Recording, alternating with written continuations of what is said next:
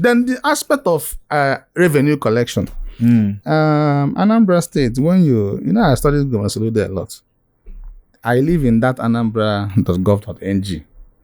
I go there to look at things very well because I don't like being caught talking OT. I like to talk about what I see, what they've said they've done, factors, and scale it on. He gave us scaling method for HIMO. Remember, we are not judging Soludo based on what Governor this is doing here or what is happening in Nigeria. He gave us a scaling metric, which is Dubai, Taiwan, Singapore standard. So when you see me judge what he's doing, critique what he's doing, I am analyzing it based on what happens in Dubai, Taiwan, and Singapore. I don't think Dubai, Taiwan, and Singapore pursues a car that's going one way. They have a system of technology. Secondly, the government will tell you, oh, we have an improved revenue of, I think revenue was 2.2 billion. It increased to 5.2 billion. Beautiful. But even at that, there's still a lot of gap in the tax and revenue collection because chunk of that money percentage still goes to private pocket because when he became governor newly, there was a time they bidded for contracts on who is going to be in charge of all those markets. And I think I wrote something about that. There was a time government said, oh, bring in your suggestions on how to... I wrote something. I gave one of my friends in government on how to leverage technology to collect revenue. And I will say it here. Divide Anambra into senatorial zone, already done. Divide each senatorial zone into catchment areas, needs to be done. So this environment will have a catchment area. Look at how you will create 1 million youths, millionaires. Is it 1,000 millionaire youth or whatever he used in his campaign? Look at how you create it. Get the youths to have strong, global, scalable technology solution training. When they are done with that training, of course, they have to put in their own money. Government will give them grants. They come back and establish catchment area offices for revenue generation for the state. So each person will be in charge of a particular area. Only the person takes care of that area. So what does this person will do in their area? Everything must be digital. People will either come to your shop or you visit their shop and you give them revenue card. That revenue card, they can use their phone to subscribe and put money there. So they can come to your office or tap. Or you give them serial number, they can go to your website, choose the one that is in their catchment area, log in there, use their PIN number to pay their revenue, and it automatically comes to the portal of the person in charge of that catchment area. Nobody needs to come here and disturb you if you paid or not. The system automatically gives them roll call every month, those that have not paid for the month. That's the people they send tax forks to. And when they come, they should also come with human face, with dialogue, and with some element of maturity in the process of recovering this fund. So that way, those youths collect the money direct in a soft copy money. Soft copy money means there's no cash. Now, it remits directly to the government account, 100%. So the government now checks what did you collect at the end of the month from your catchment area. Let's say you collected 1 million. Okay. Because you're in business, we're going to pay you 30% to run your office, run your staff, and be in operation. So 30% of that revenue or 20% of that revenue or whatever percentage it is, the government gets all the money rather than collects their 70 or 80% of the money.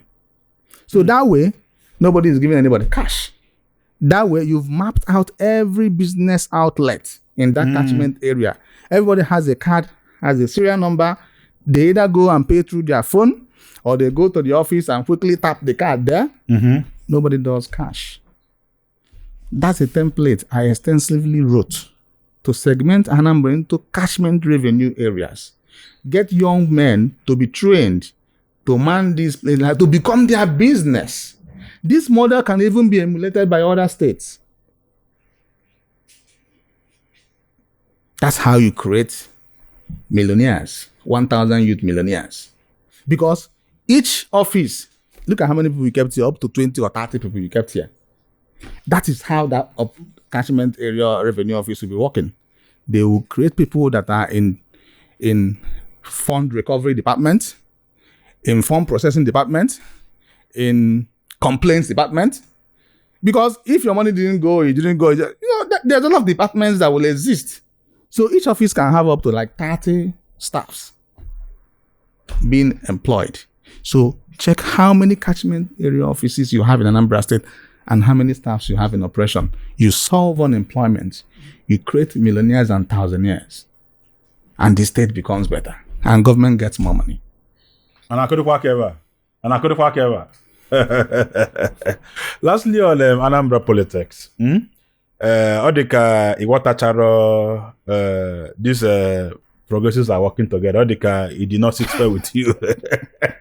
Because it seems you feel that these guys are playing anti-party. And we hate Denju Ekoya. I want you to react to this. Your post reads, what happens to the Ebonyi Guba candidate of Apuga? Funds he used to buy from has been rubbished since his party leader said win for till 2021. Chai, Prof believes in institution, but isn't he living up to preserving Apuga in Ebonyi? What do you think is happening with this whole progress? Apuga that has other candidates, other places are still endorsing APC candidates. What do you think is even going on? Confusion or really strategy? Like I told you earlier, before Professor Soludo became governor, whenever he mounts the podium to talk, I follow him a lot. You listen well. I was part of those that did yes, and we brought him out because I believed I was passionate about the guy. He is big on democratic institutions. He's big on institutions being scaled to be able to perform. So if you have been preaching on scaling institutions to be able to perform, and you have opportunity to scale one, which is APGA, as a democratic institution, do you know that there is no fidelity in what you're saying? Lack of fidelity in politics. Because APGA is an opposition party, whether you like it or not. It's not APC. It is. So APGA should always churn out quarterly or 6-monthly party sort of opposition declaration on the government in power on how to effectively run the country. Every 6 months, they should provide a strongly worded advice, insights to the government in power. This is how things should be. This is how we believe this should. That's how democratic institutions should thrive. And he has been preaching that before he became governor. Now he became the governor. The party, instead of playing the opposition role of giving the current party and the president their blind spot to perform better, they started singing progressive and working together. Now, from singing progressive and working together, you went to Ebonyi State. Somebody, a young man, used his money, hard-earned money, to buy the ticket of your party. You charged him millions. You came to his state. Instead of you... As an APGA leader. As an APGA national leader. Instead of you to do your normal Tinubu something, which is, to me, still abnormal, because you're supposed to be criticizing Tinubu, not praising him. You said, wait for the 2031. So that guy that bought that ticket of your party is a foolish man. How will he feel? I don't think that guy will sleep well that night. Because when my party leader has come to my state and rubbished my effort, it means that this party does not value democracy. Have my interest covered. So that is the problem. This question we're concluding will lead me to the last one I will ask you about young men involvement in leadership. Do you think that we are deficient in that side? Young men being involved, and they quite involved. Are they even doing well? What do you have to say about younger people, coming into the game and then they not getting involved? How are they even faring? It's quite unfortunate that we have young men in governance. And because of the peanuts that drop from the table of the man in charge. They've lost their sense of reasoning. Of course, you have to send your brain on long sabbatical to be able to perform the job they are doing. Very long because they need to keep food on their table. I don't blame them because I blame the poverty. Like I said, they've weaponized poverty and use it to hold you down. So young people, instead of asking questions to show these leaders their blind spot, critique them, and show them things that are not going well, they are shielding them away from those that are saying that and will declare you their enemy because you're coming after their boss. That's where they eat from. No! Your boss will respect you more if you look your boss in the face and tell your boss, Oga, this is not good. This one no work. But because they need to eat, they have bills to pay, they have mouth to feed, they cannot afford but become lackadaisical, become sycophant, and become experts in sycophancy. So, young people around political leaders has not lived up to expectation. The very few of us that are still talking, I don't even have anything to get. I don't want anything. I don't want any appointment. I don't need it. If they offer, you will decline? It will make me poor. That's the problem. The best time to invest in real estate is yesterday. And the next best time to invest in real estate is today. What are you waiting for to invest with Pine Leaf Estate and Properties Limited? With Pine Leaf Estate and Properties Limited, land banking is a must.